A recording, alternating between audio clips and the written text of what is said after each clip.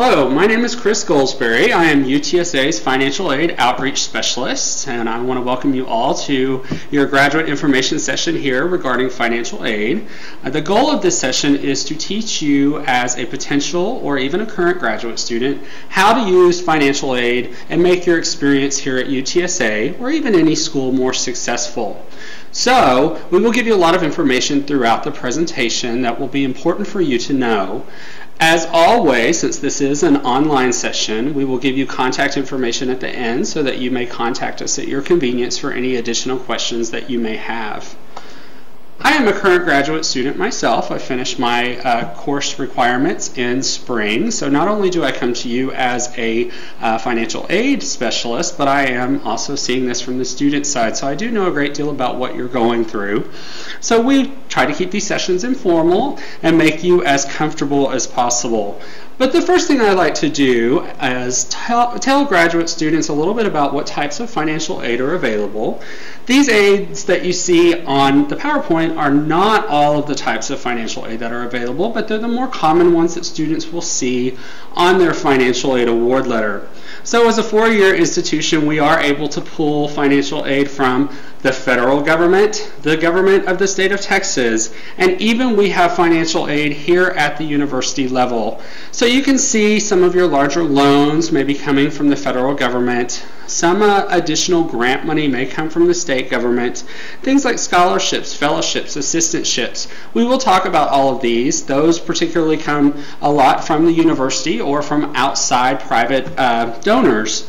Now, at UTSA, we are very proud to be able to offer some grant funding to our graduate students. You'll learn more about that as we go throughout the presentation and how to apply for grant funding. But we are one of the only universities in the state of Texas that offers grant funding for graduate students to go along with other types of financial aid that you may be offered.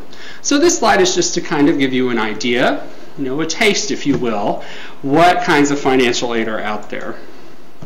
Now, before we go on, I want to do a little bit of housekeeping. We need to talk about enrollment requirements for graduate students. Because of federal and state stipulations, we have to make sure that you actually are on track to receive your graduate degree in order to continue to offer you financial aid. So we do continually monitor graduate students in the Office of Financial Aid and Enrollment Services to make sure that you're taking the right courses and that you are having continued eligibility towards financial aid. Now, to be eligible for graduate level financial aid, generally speaking, you must be enrolled in graduate level courses. That coursework would be courses that are 5,000 or above, 5,000 level or above. Now, for the purposes of financial aid, as you can see on the slide, graduate students that are taking any type of undergraduate courses, including courses that you may need as leveling courses, are not considered for the purposes of financial aid to be heading towards a graduate degree, even though you may need those leveling courses to attain your graduate degree. Any type of undergraduate courses or leveling courses or courses that fall within the 1,000 to 4,000 range. Now, I do want to give you some scenarios because there are different types of things that happen when students are enrolling in graduate or undergraduate level coursework that would be good for you to know.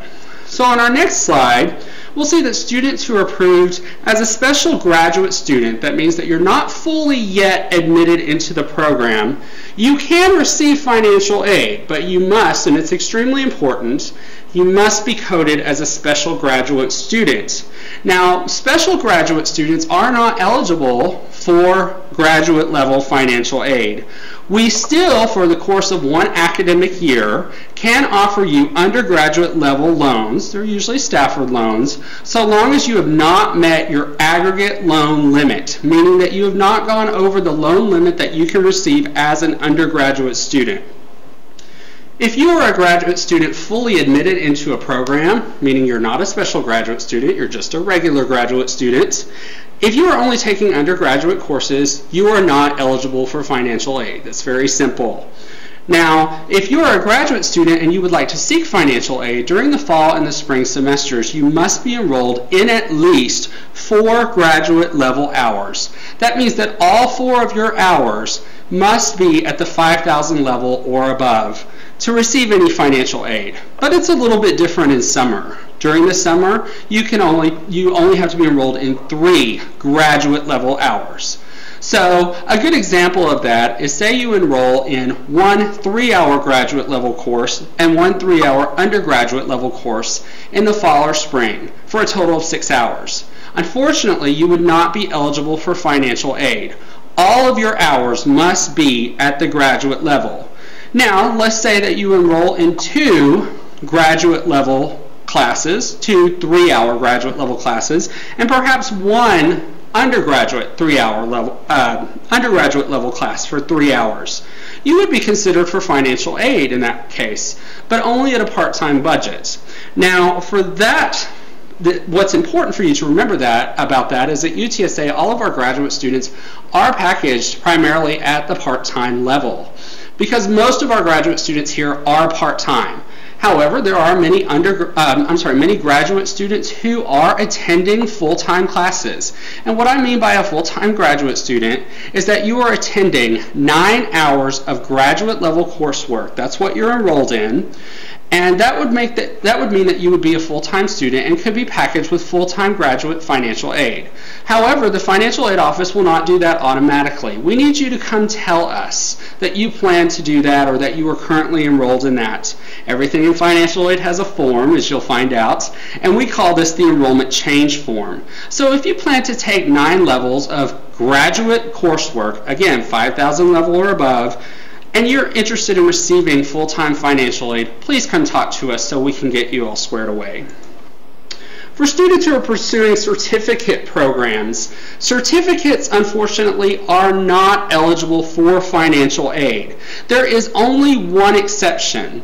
Because of federal and state regulations, the only exception for certificates would be students who are pursuing a K-12 teaching certification. So I'd just like to throw that out. Any type of principal, superintendency, higher ed certificate, those are not eligible, unfortunately, for financial aid.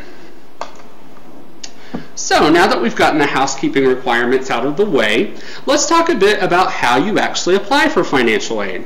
First, I want to tell you, let's put scholarships and fellowships, assistantships, let's all put that a little bit on the back burner right now, because we will talk about those later. When I'm talking about of course those are types of financial aid, but talking about other types of financial aid, like grants, work study, because we do have some graduate students that pursue work study. Certainly loans. Many of our graduate students are pursuing loans. For most, if not all of those, you are going to have to submit the FAFSA. Many of you, as an undergraduate student, probably submitted a FAFSA while you were at an undergraduate university or college somewhere else, or even if you were here at UTSA. Again, you do submit the FAFSA. The great thing about FAFSA is if you're a graduate student and you're under that age range, or you're not married or whatnot, you're still going to be independent. So when you're submitting the FAFSA as a graduate level student, you are not required to provide any parental information. However, if you are legally married, you would be required to provide your spouse's information. Now, FAFSA has become much easier to fill out now. Of course, every FAFSA is filled out online. I remember the good old days where you had to fill it out by paper and you had to wait for your pen to come in through the snail mail. No more. You don't have to do that with FAFSA anymore. If you filled out a FAFSA when you were an undergraduate, guess what? You already have a pen. Your pen, as you can see on the whichever side it's on, is at the pen.ed.gov website. Of course, FAFSA, as you'll see, is fafsa.ed.gov as well. The primary components of that is that this is a government site. It's an education site as well. It's the U.S. Department of Education's official website. If you've never filled out a FAFSA, you will need to go get the pen at the pen website. If you have filled out a FAFSA as a student, or even you filled out a FAFSA as a parent for one of your children, you should already have a pen, but say you don't remember it. Just like a person who doesn't have a pen, you could go to the pen website and retrieve your pen.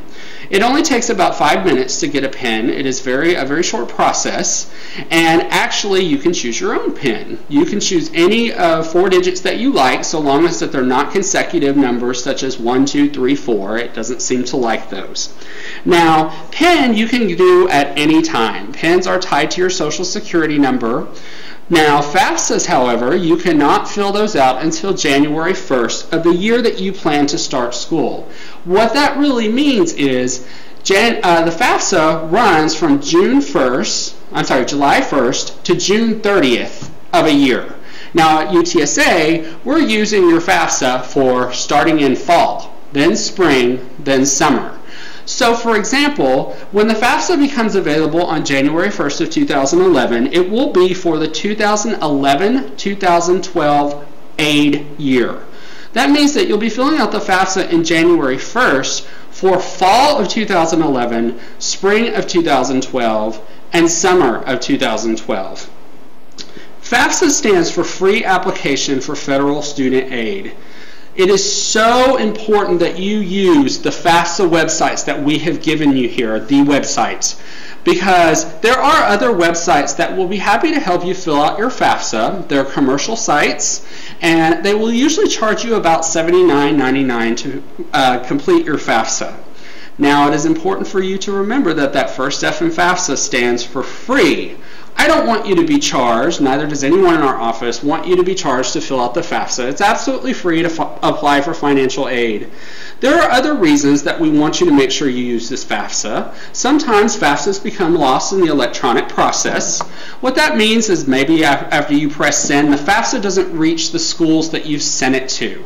If you go through the government website, as financial aid administrators, we have the authority to sign in and find your FAFSA. Whereas if you go through a commercial site, I can't guarantee you what will happen to it. Also, in this day and age of identity theft, you're submitting some very sensitive information on the FAFSA. Social security numbers, addresses, dates of birth, names. We want you to be safe, so please make sure that you utilize the U.S. Department of Education's website versus a commercial site. Now, every school has what's called a priority deadline. UTSA's is March 15th. It really depends on the school, but the priority deadline is the final day to submit the FAFSA to be considered for any free money like grants or even work study. Now, I will tell you, a lot of the grant money, as you'll see when we get to the grant slide, is on a sliding scale. So if you submit your FAFSA in January, you have a better opportunity to receive more free money than if you wait till February. Once you start getting into that March range, we are really running low on grant money. So we want you to submit your FAFSA as early as possible. At UTSA, when it comes time to submit your FAFSA, I'm telling you to submit your FAFSA as early as possible in January. So for, like I said earlier, example, you'll be submitting the 2011-2012 FAFSA. What that means is you need to go ahead and submit it January 1st if possible. But many students will tell me, Chris, I can't do that. I haven't filed my tax return from 2010. I haven't even got my W-2s from 2010. That's okay. You can still submit the FAFSA at the beginning of January if you haven't even got your income statements. We allow you at UTSA to go ahead and estimate your figures based on the previous calendar year. So for example, this coming year, if you've not completed 2010 in the beginning of January, use 2009. Estimate your figures. Maybe when you look back on 2009, it looks like you made $50,000. Is that still accurate? Does the taxes you pay still sound accurate? Have there been changes? You can estimate your figures to go ahead and submit the FAFSA. We do ask that you go back to the FAFSA website and make corrections by April 15th. It's extremely easy to do, so we're giving you till tax deadline to make your corrections. But guess what? We still award financial aid based on the first date you submit the FAFSA, so get it in early. Now, FAFSA provides us with a lot of information, but the most important thing it gives us is your expected family contribution, or we call this EFC for short. In fact, you will know what your EFC is before we actually do at the school level. You can submit your FAFSA up to 10 schools, but your EFC is going to be on your confirmation page. It'll say something like, congratulations, Chris, you have submitted your FAFSA, your EFC is, and boom, it gives you a number. That number is a dollar amount. It's what it's expected that your family unit, whether you're single or if you have a spouse, what your family unit can provide for you to go towards the school's cost of attendance for the course of one calendar year. Now, your EFC, it really has absolutely no bearing on where you submit the FAFSA. It does not depend on the school's tuition and fees. It doesn't depend on anything like that. It's only based on what you made collectively on your income from the previous calendar year. We need to know your expected family contribution so we can determine how much unmet financial need you have. Unmet financial need tells us what we can offer you in grants and even loans. For example, Stafford loans are based on need rather than based on credit, and we'll talk about loans too.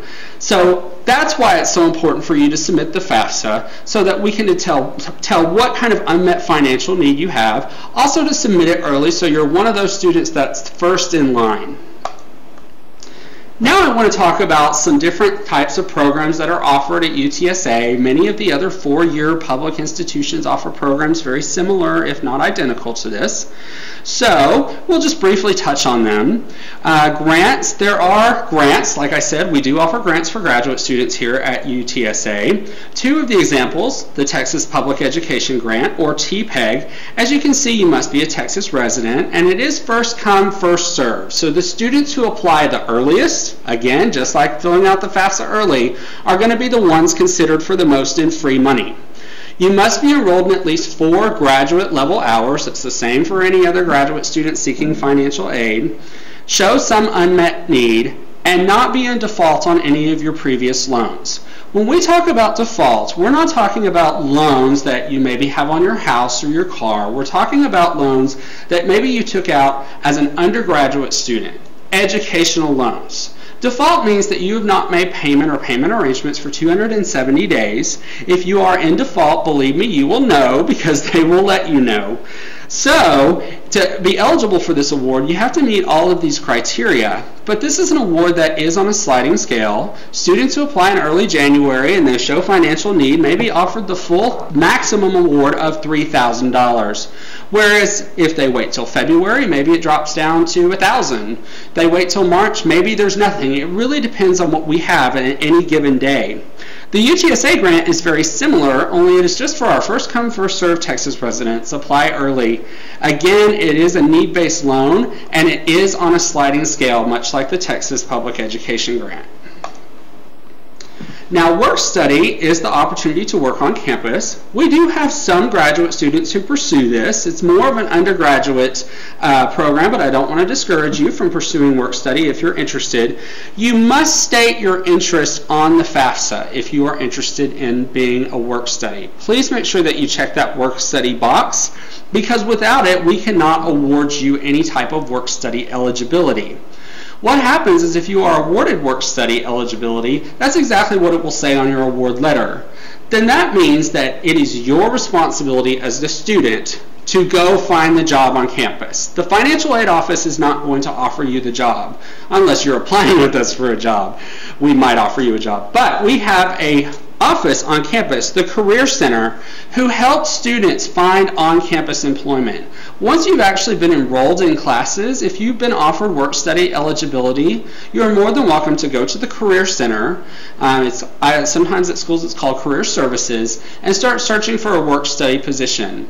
A work study position, like I said, is an on-campus position, and it is part-time, so you can't work more than 19 hours a week. Most of our work studies work between 10 and 12 hours a week.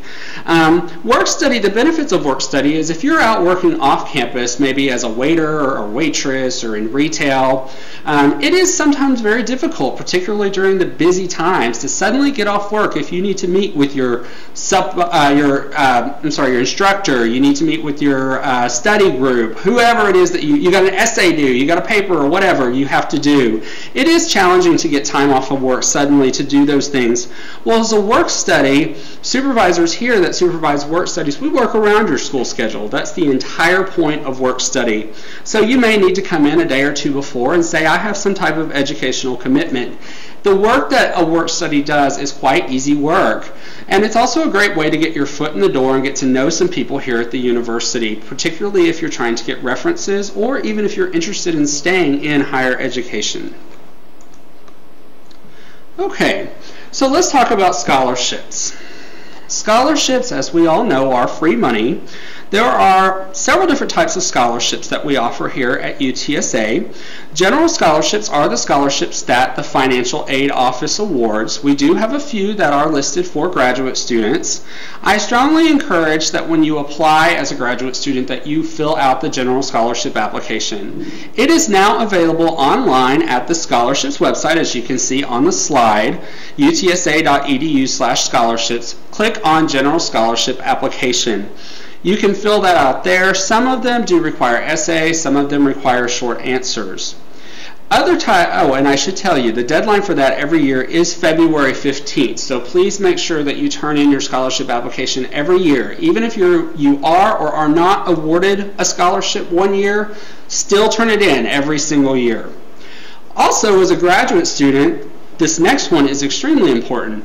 Please check with your colleges or your departments. It's very important that when you are looking for scholarships throughout the university, check with colleges and departments. The UTSA is the umbrella. We're the university, but we have colleges and departments underneath that. So maybe you're looking in the College of Education and Human Development. You're maybe majoring in higher education. Maybe you're majoring in business, College of Business, Masters of Accountancy, just examples. Check with our colleges or departments. We have tried to make it easy so you don't have to go knock on a lot of doors. Again, go to the scholarships website you see here on the PowerPoint and click on College Departmental Scholarships. We have all of our colleges listed, and in some cases the departments are listed. When you click on a college or even a department, you will see a list of all of the scholarships that are being offered. That list is simply by title. If you click on the title of a scholarship, it will take you down the page and show you what the requirements for the scholarship are. It is so important that as students we look at the scholarship requirements instead of just looking at the title. There is one example on the general scholarships application that students look at, that is the San Antonio Livestock Exposition Scholarship. Students will read that scholarship and think, I didn't have anything to do with livestock when I was, in high school. That scholarship, I believe, is more for undergrads, but it's a good example. And when students read that and they read the title, I didn't have anything to do with livestock, well, that is not a requirement of the scholarship. And so students miss out on those opportunities. So please make sure that you read the requirements of your scholarships. Outside donors are anybody who offer scholarship money from outside of the university. We do have a great Other Opportunities link on our scholarship website. Click Other Opportunities and it'll take you to a page with currently there are 117 links for students to search throughout the nation for scholarships and scholarship opportunities, even internship opportunities. We have broken these into categories. The first category are databases. Fastweb.com is a very good example of a database. Databases are the middleman when it comes to scholarship funding. The scholarship donor usually contacts the database and says, I would like you to advertise my scholarship. Whereas you as the student fill out a profile with the database and they will start emailing you with links to various scholarships. So it's always a really good idea to set up a separate email account for scholarships, because you'll be getting a lot of email and I don't want you to mix anything up with your own personal email. We have other types of links on there. Some are very general, but we do have links that are for women only. For minorities, UTSA is an extremely minority-serving institution. We have scholarships for children and military personnel. San Antonio is kind of military town, USA. We have scholarship links for internships, so if that is something that you're interested in. If you are awarded any type of scholarship or fellowship, and we'll talk about this on a slide, it is extremely important that you contact the financial aid office, and I'll tell you why soon. Fellowships. Fellowships are what I call large scholarships. Basically, fellowships in many cases can pay tuition, fees, and sometimes a living stipend, or maybe even an assistantship. Fellowships are something that students, there's not as many as there are scholarships, and students do need to start researching them early so that they can apply early. Thinking about fellowships about a year before you plan to come is a good move. Fellowships are offered directly through the colleges. So I've given you some college examples here. They're grant-funded sources, so again, they're money you're not going to have to pay back, but there is going to be research involved. And I say that in two ways. There's research involved for you as the student going out to find the fellowship, but also as you're working within the fellowship, you will be doing research within your own field. There are more fellowships, I think, for doctoral students, but there are some for our master's programs as well. And like I said, they can pay for tuition fees and maybe a living stipend and or an assistantship. So make sure that you check with your departments and see what's out there and what's available. Assistantships, very similar to work study. Assistantship, just like work study, is the opportunity to be employed on campus. You can be a graduate assistant, a teaching assistant, a research assistant. However, it must relate to your degree program, so that's where it differs a little bit from work study. As a work study, you're just going to be placed in a department. But as an assistant, you're going to be working in your field. If you're a biology major, you may be working in the College of Science Department of Biology, something to do with what you're majoring in. Most assistantships are 19 hours, meaning that they're non-benefits eligible, but we do have a few assistantships that are primarily tied to fellowships that are 20 hours or more, which means that we can't offer benefits to the student only, because many students will take on a full-time load of classes so that they can finish their degree, or perhaps that's a requirement of the degree plan. Now, assistantships like work study are handled through human resources. You are paid by check out of human resources, and it's generally every 2 weeks. Now, make sure again that you check with your college or department. Good places to go are the graduate school, or even ask the administrative assistants within the colleges or departments, do you know who's hiring? Who's looking for an assistant? That's a great way to get your foot in the door. Now, like I said earlier, any type of scholarship, fellowship, assistantship that you receive, please, it is essential that you contact the Financial Aid and Enrollment Services Office as soon as you know, because sometimes we don't receive word of those until after we've awarded you a great deal of perhaps loan money. Maybe you've accepted that loan money. The long and the short of it is, if we don't know, it can cause a great deal of issues with your financial aid account. So if you are awarded a scholarship, fellowship, or assistantship, congratulations. It's just important that you let us know so that we can place a placeholder on your account to prevent you from being over-awarded with financial aid, which can cause some problems. Now, there are limits set on your awards. It's what we call a cost of attendance, and in most cases, students cannot exceed the cost of attendance per year.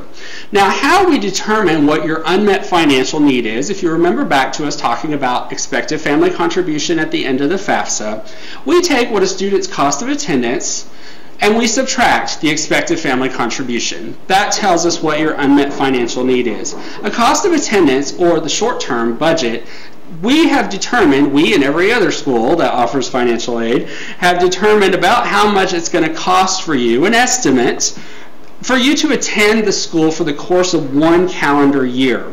So I wanted to give you just an example of a budget. An estimated budget, for example, there are 3 things that are non-negotiable. Tuition, fees, and books. Tuition and fees are considered non-negotiable because as much as we'd like to, you can't really go to fiscal services and bargain them down on tuition and fees. We all have to pay the same.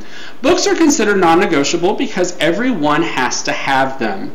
It really depends on the class, and it really depends on perhaps the edition and where you actually find the book at.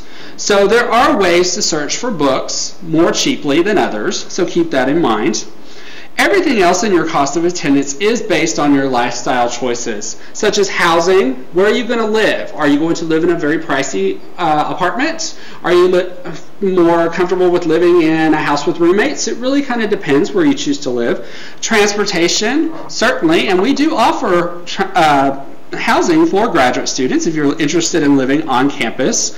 So transportation really depends on where you live. Transportation for on-campus students is not meant for you to have a vehicle. It's to give you some additional cushioning to maybe go back home 2 or 3 times a semester in case you are from out of town. Of course, if you're an off-campus student, or we even have graduate students still living at home with parents, maybe you're 22 years old or so, something like that, you're a younger graduate student, and you're still at home with mom or dad, that's okay. Of course, we would increase your transportation costs for the issue of commuting back and forth to campus.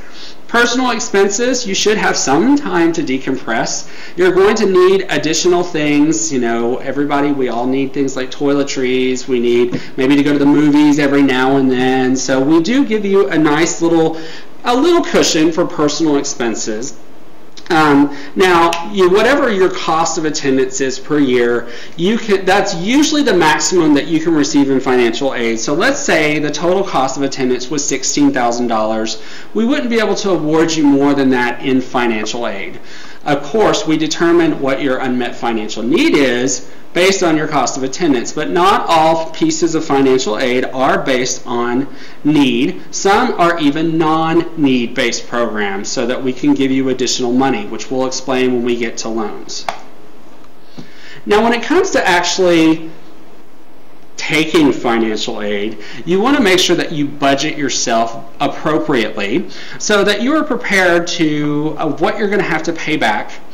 The whole idea of financial aid is to apply for as much free money as possible and use loans as your cushion. There's nothing wrong with loans so long as you understand that you are going to have to pay them back, and then we'll talk about the principles of responsible borrowing. But please be cautious of accepting large amounts of loans if you are expecting free money like grants, scholarships, fellowships, and assistantships. As I said before, that can cause an over-award on your account, which can cause problems that might take a little while to square away. Of course, you want to keep track of everything that you're being offered and ask questions. We have an office of almost 70 people. We've got an army to help you here at UTSA Financial Aid and Enrollment Services. So again, I will give you our contact information at the end. So when it comes to responsibly taking out financial aid, of course you want to take charge of your spending. So create some type of spending plan. You want to know how much money you have, and you also want to know how much money you need. Do you have enough to survive? Where is your money going? That's a great way, that's a good thing to know. You may not know, you may have received a lot in financial aid, but then suddenly you spend it and you may not have much to show for it. It's so important to separate your wants from your needs. You know, I may want a new car, I may want a new house, but do I really need that? While you're in college, the primary thing you need to focus on is your need. Once you receive your education and you go out and you get a good job and you're actually making a decent income, that's a great time to focus on your wants. Now, of course, budgeting tips. Certainly record some type of monthly income or expenses. I think I'm the last person in the free world to still use a checkbook. Of course, I do it online on Excel, or on my computer on Excel, but you know what? I'm never overdrawn, so it's important to make sure you know where your money is being spent. And create some type of payment calendar. I actually write my bills on a calendar and highlight them once they're paid. Do I pay them manually? No. Most of the time I have everything set up online to pay automatically. But it's a good feeling of security for me to know that, you know, it's been paid. So that's a great way to keep some stress off yourself while you're trying to pursue your graduate degree. Now, the 70-20-10 rule, a lot of companies use this to encourage their employees with responsible spending and savings. So when you're looking at the 70-20-10 rule, you basically want to split the income that you're bringing in into these increments. 70% of the income that you make really should be used on your living expenses, such as rent, food, clothing, gasoline, something that you have to have every single day. Take 20% of your income and invest it in your savings. Break that 20% into 3 pieces. 10% should be invested in your retirement, such as 401k, the teacher retirement system, and so forth. Save 5% of that for emergencies. You never know what's going to happen in life. Life is full of exciting emergencies, so please put 5% of that back of your income just to be prepared for any type of eventuality that happens. And then, of course, you should save 5% for any type of specific goals, particularly those wants that we don't get a whole lot of while we're in college. college, such as vacation, a car, tuition, school tuition, anything that you may actually want, but certainly save for that.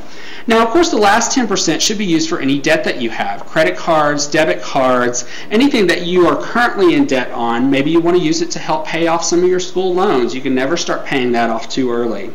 So I just like to give students tips about the 70-20-10 rule. You can Google that with no problem. There's a whole lot of companies out there that have that listed for you to sort of build your own spending plan based upon it. Now, I am very much a proponent of responsible borrowing. Like I said, loans are fine, but you've got to remember that you are going to have to pay loans back. And most of our graduate students here are receiving some type of loan money. But it does take some of the shine off your degree, I think, when you walk across stage and you shake the president's hand, knowing in the back of your mind you owe $80,000 in back loans. So, like I said, we want to help you increase the opportunity of the free money that you can receive them as much as possible. So again, and I've said it many times, submit your FAFSA as early as possible. It says by March 15th, that's the last day. Please don't wait till then. Go ahead and submit your FAFSA in January. And like I've also said, you want to search and apply for those scholarships, those fellowship opportunities that are out there for you. Now, when it comes to actually borrowing loans, there are different types of loans out there, and we'll talk about those next. But part of responsible borrowing is you want to exhaust any type of federal aid first. What that means is if you're offered certain loans, you're offered federal loans versus private loans, always take the federal or state government loans before you take the private loans. The reason why that is because generally your interest rates are going to be lower and usually they're going to be fixed. Also, you're going to go into repayment later than if you were to borrow some type of private loans. So when we're looking at federal loans, we're talking about things like Stafford loans, which come in subsidized or unsubsidized form, which many of you may have had as undergraduate students. Also, PLUS loans. As an undergraduate, those are for parents, but as a graduate student, PLUS loans are graduate PLUS loans. They're for you. Now, another part of responsible borrowing, borrow only what you need. As a graduate student, you can be offered insane amounts of loan money. So for example, as you'll see on the next slide, the largest amount of loan money that a graduate student could potentially be offered in Stafford loans per year is $20,500. Well, as a graduate student myself, I am offered that full amount every single year. But I pay for my books out of my own income, and I only borrow enough to help me cover my tuition and fees. I have the rest there as a cushion if some type of emergency happens, but I don't want to borrow that whole $20,000 every year, because if you're here for 3 years, you're looking at paying back $60,000, $70,000. So be careful about that. Keep a loan portfolio. Know what you've borrowed. When you get that financial aid award letter from us or from another university, many times it will just state, you've been offered a Stafford loan and subsidized in this amount, unsubsidized in this amount, a Grad Plus loan in this amount. But maybe it's not really going to explain what the interest rates are, what the repayment policy is. Certainly you can find those things out on the web. You can find them on our website, or you can come in and talk to someone and we'll be glad to counsel you. But anything that you borrow, that's certainly something you want to keep track of, because you are going to have to start going into repayment. It's a good idea to always be conscious of what you know that you're going to have to pay back. So let's talk about some different types of loans. Stafford loans, those are the most common loans that students are offered. Those are offered by the U.S. Department of Education, and they come in two forms, subsidized and unsubsidized. Well, I just call these fancy terms for need-based and non-need-based loans. We do not look at your credit to determine if you're offered Stafford loans. We're only looking at the FAFSA. And whether you hit your aggregate limit or not as an undergraduate, it all starts over again as a graduate student, much as your GPA does. So when you're offered Stafford loans, it's important to know what you're being offered so you can make an educated decision about what you want to borrow. So, like I said, subsidized, it's primarily a need-based loan. You have to show need on your FAFSA. The most you can receive in a subsidized Stafford loan as a graduate student is $8,500 per year. That is at a 6.8% fixed interest rate.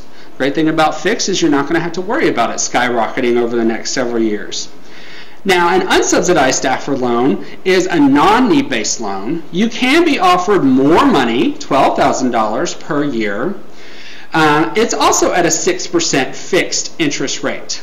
Now, the difference between these two loans in the interest rate is a subsidized loan does not begin accruing interest so long as you remain a part-time graduate student in the fall and spring semesters. We're not concerned about summer. Only would you go into begin accruing interest was if you drop below part-time in fall or spring semester or completely drop out. Whereas an unsubsidized Stafford loan accrues interest from the date that the financial aid office disperses the money. What that means is if you're offered both of these, take the subsidized loan before the unsubsidized loan, which is what I do.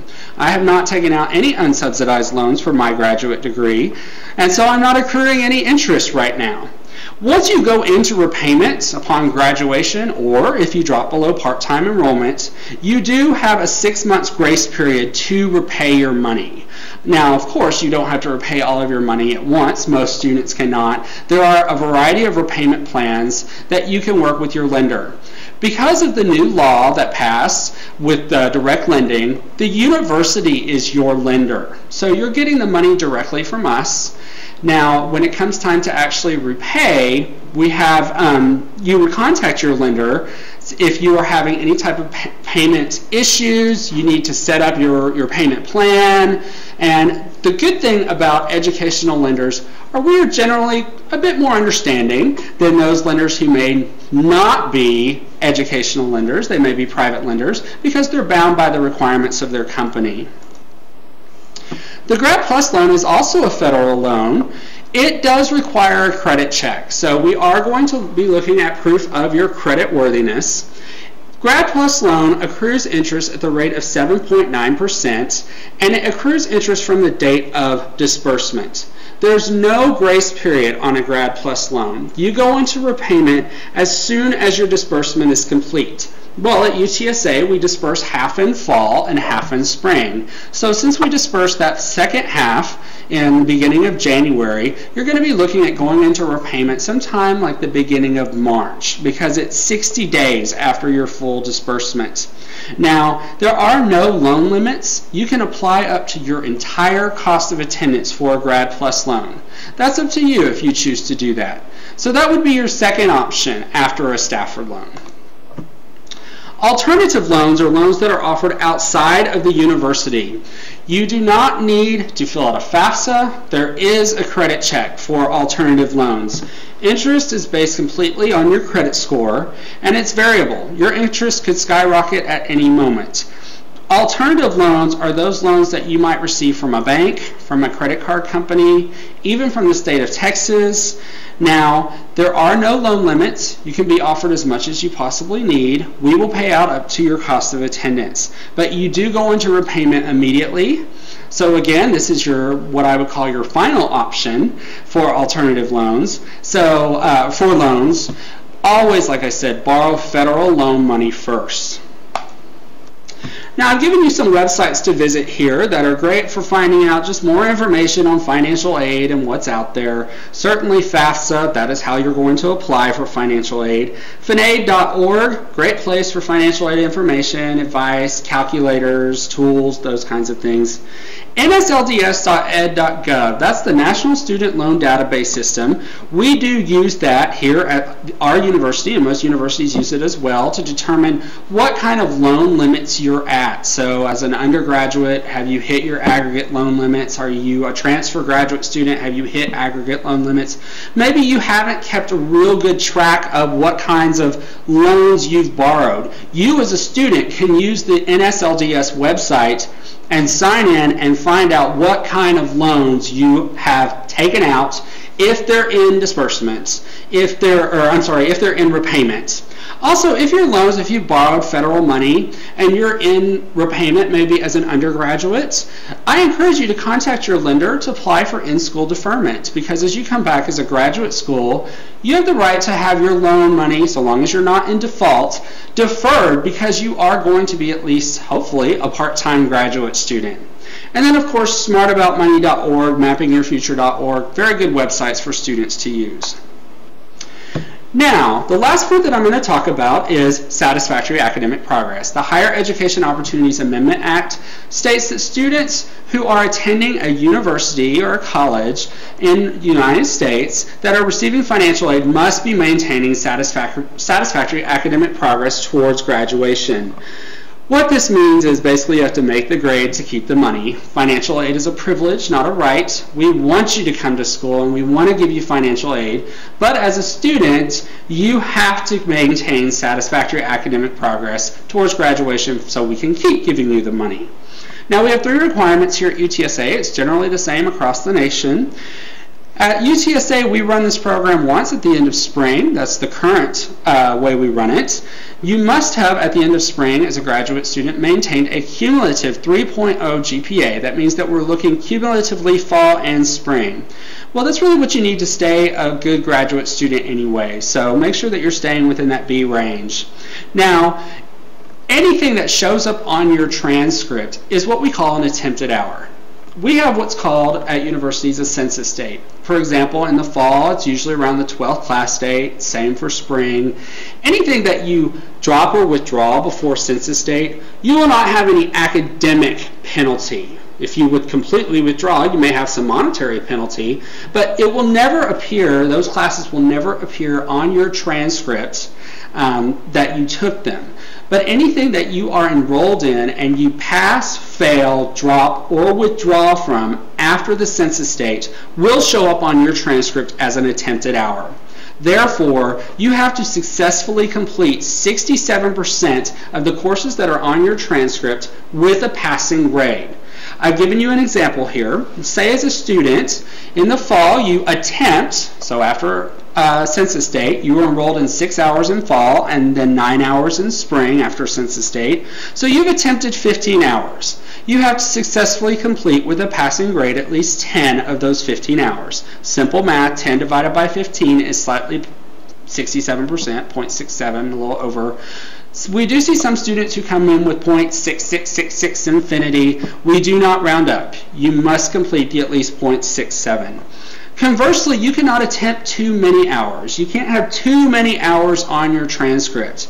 And that's really based on what your degree plan is. So for graduate students, your degree plan can be a variety of hours. I've given you one example here for a 36-hour program, but some of our programs are much higher, more hours.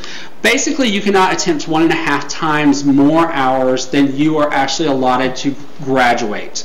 So for example, if you're a graduate student and your program requires 36 hours to graduate, you can't attempt more than 1.5 times that. So if you were to have more than 54 hours show up on your transcript, then you would not be maintaining satisfactory academic progress. The basis of satisfactory academic progress is if you do not maintain it, we are required to terminate your financial aid and we will not be able to disperse anything. So it is extremely important that you know that when you accept any type of financial aid, that you are bound by these requirements. So we want to show that you are going to be great students and be successful here, and that's why we can give you the financial aid. And in return, you have to show us that you are going to be a great student and be successful here at UTSA. If you would like to contact us, here is our contact information. The 458-8000 and the 1-800 number here are the same line, so if you're out of area, feel free to use the 1-800 number. We do have 2 offices if you would like to come in person. We have our large office is at the main campus on I-10 and 1604 area, but we also have an office at the downtown campus right off I-35 and Laredo, right next to the downtown area. And both offices are fully staffed and would be glad to help you. Now, if you would like to have questions answered through email, financialaid@utsa.edu is a great way to contact us. During our normal, regular times where we're not extremely busy, it's about a 24-hour turnaround. If it's July, August, January, when we're really working on trying to get that financial aid out, it might be 48 to 72 hours. Now, the financial aid website I've given you here as well, and a lot of students can find questions on the financial aid website instantaneously rather than calling or coming in. Of course, we'd love to see you in person, but as we get to August, we're in January, and we have very long lines, sometimes you can find your answer quite quickly on our website. Our website, the registrar's website, and the Fiscal Services, which is the billing office's website, has this great feature called Ask Rowdy at the top.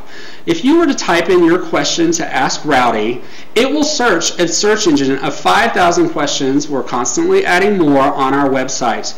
A very common question that we'll have students call in to ask about, they call into our call center and have to wait a little bit. One of the questions that they'll ask is, when is my financial aid going to pay out? Well, that's clearly stated on our website that legally we cannot pay out financial aid until 10 days before the start of class. But that's a question you could type into Ask Rowdy and find out instantaneously. So I encourage you to use the Ask Rowdy feature. We also have a Facebook page. I encourage you to become a fan of Facebook. We have the second largest Facebook fan page out of anybody at UTSA other than athletics, who I'm determined to beat this year, but we'll see. Also, we do send out tweets. We're constantly putting updates on Facebook and Twitter, so those are great ways to stay connected with us electronically. I encourage you to come into the office and talk to someone at our counter, to call us, talk to someone in our call center, and every single person here has a financial aid counselor. Your financial aid counselors, you will always see the same one because they break you up by your first initial of your last name. We have 4 counselors at the main campus and 1 counselor at the downtown campus. You do not have to be attending one or other campus to go to one or the other office. You can come to either office. It's completely up to you. The only time our counselors do not take walk-ins is during July and August because we are so busy they need to take appointments. Now, I will tell you, our enrollment services officers at our counter and our call center are super and can answer pretty much all of your questions. The counselors are there for you if you have a more private situation, you want to sit in their office and talk to them a little bit more about your account, or maybe you have some type of loss of income or special circumstances situation. They would be glad to help you. For financial aid and enrollment services, I want to wish you all the best of luck here at UTSA or whatever school that you choose to pursue. If you have any questions, again, do not hesitate to contact us. Thank you very much. Good luck to all of you.